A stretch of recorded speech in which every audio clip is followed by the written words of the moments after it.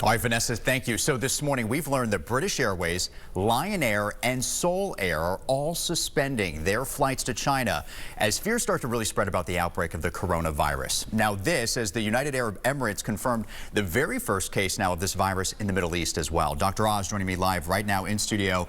Now, Doctor, tell me, what do we know about where this virus comes from and where it originated and the different symptoms? Well, there's a belief that it originated in a wet market in Hunan, China, central China. And the reason that's important is in these wet markets, they have lots of exotic animals. In China, they often don't trust that the food's fresh. So if you get an animal that's alive, you know it's fresh. Sure. Unfortunately, many of those animals have been infected by viruses. They're not viruses that commonly come into humans. But if you put humans next to animals with viruses, sometimes those viruses can match up with, let's say, an influenza virus that a person has. Sure. Now you have a new virus. That's this coronavirus, which basically is the same family as a common cold virus, but it's also the same family as SARS, which is a really a toxic virus with a 15% mortality rate that hit China in 2002 and 3. It's also similar to the MERS virus, the one that hit the Middle East with a 35% mortality rate. So how long are we talking between you actually get the virus and when you start to see those symptoms? See, that's the problem. Normally, with a regular flu virus, within 5 days you've got symptoms and you're infectious when you're symptomatic. Right. Unfortunately, with this virus, it takes about 2 weeks, we believe, for it to incubate. It's a long time. And for some of that time, the Chinese officials are saying you don't have symptoms and you're still infectious, which means you can't protect yourself, your family, your friends, because you don't know you're ill. And so that makes it much more contagious. But here's the good news. There have been about 6,000 cases reported so far, 132 deaths so far. It's changing continually. But that mortality rate is relatively low. You don't want to have anyone die, but that's a low enough number that it makes me more comfortable that this will not be a catastrophe for the world. It panics a lot of people, which is what you're seeing with these decisions, but it's not nearly as toxic as some of the other problems you're facing. Frankly, the common influenza virus that we have here in America has already taken 20,000 lives. We project it'll probably take 60,000 by the time it's done this season. And compare that to hopefully no American life being lost to this new coronavirus. So it's not as big an issue as many people are fearing. What are kind of the basic things? I mean, we don't have any cases here in Florida just yet, but still, what can we be doing to make sure we stay healthy, that we keep our bodies at their best so we can't get this? Well, you can auto-immunize yourself by washing your hands. That's what the CDC says. Right? Sure. And washing your hands actually is very effective. Because you touch virus particles when you touch things around you. Someone else may have sneezed or touched that same counter that you're leaning on. So your fingers touch your face about 3,000 times a day.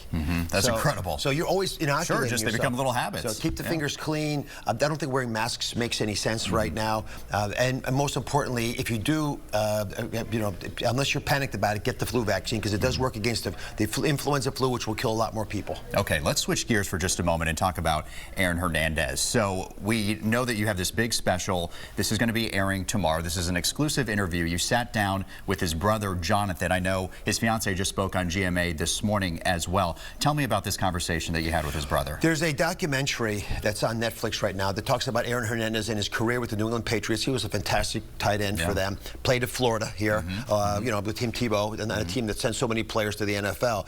And something went wrong. So is it chronic traumatic encephalopathy from too many concussions? He was abused as a child. He was physically dealt with in a harsh way by his dad, but Aaron Hernandez, his brother says, was abused by an older man in the neighborhood when he was a child. And so his sexuality was affected by, in some ways, and he was never comfortable with that. And so it ended up being a crisis in his life, and he's accused and then convicted of murdering his best friend, his wife's brother-in-law. And that's an issue because you can't figure out how that even came together. His brother's going to tell you on the show today what he thinks went wrong. He's going to opine on whether his brother was guilty of those murders that he's been accused of and convicted of one. And I think that's ultimately the telltale sign. And the family did not participate in the Netflix documentary. They didn't like the way it was all going down. So this is their effort to speak out and tell their truth about what happened to their beloved Aaron Hernandez. And there's so much to his story. There's so much there to learn. And his tragic ending, it's hard to know whether it is CTE or whether it is the upbringing that he had and somewhat of a rough childhood at one point with the abuse that you talked about. It's almost biblical in scope. When you have that elevation of ego and character and promise, and then a complete, utter collapse. What are the lessons that we can take from that?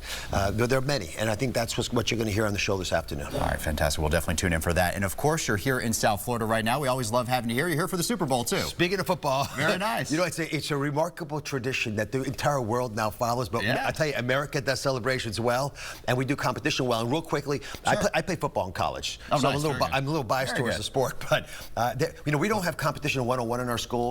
We don't have civic conduct, courses. We learn about how to compete and how to deal with each other with sports and arts. Sure. And that's why I think sports like football, any sport, frankly, any arts are so important in our schools. And I'm on the President's Council for Fitness and Nutrition. Right. That's why it's so important. If you're out there, you could coach, please go help. We need more coaches. I didn't realize you played football. What position did you play? I was a safety. Look at my size. You're a safety. You have a favorite team? Harvard, where I played. Oh, there you go. Actually, for the pros, the Eagles. I grew up in Philadelphia, so I'm a big Eagles fan. Very nice. Dr. Oz, always love having you here. And of course, we want to give you a little update because we have a countdown clock ready to go. Dr. Oz is going to be back with us. Yep, 53 days and 1 hour for the WPVF 25 Health and Wellness Festival this year. So it's a free event. If you haven't gone yet, it's a really good time. You can learn a lot of great information. This year it's going to be on a Sunday. So it's Sunday, March 22nd from 11 in the morning until 3 in the afternoon. And we do have a new location this year. We're going to host it at the Palm Beach County Convention Center. So it's in the middle of the viewing area and convenient to everybody. Just head to WPVF.com for more information. We hope to see everyone there. I'm already getting ready. It's going to be so much fun this year. Please show up. Come on. And it's free, guys. You can't beat that. Can't beat that price. Dr. Oz, thanks so much. Enjoy the Super Bowl as well. All right, Aaron, back to you at the desk. All right, did I miss who he was rooting for at the Super Bowl? Oh, yeah, did we get that one? I'm not going to admit that. What? Come on, Dr. Oz. I know the owners of both teams. Oh, there you go. Very PC, this Dr. Oz. I can't say anything. Fair enough. All right, thank you so much. All right, well,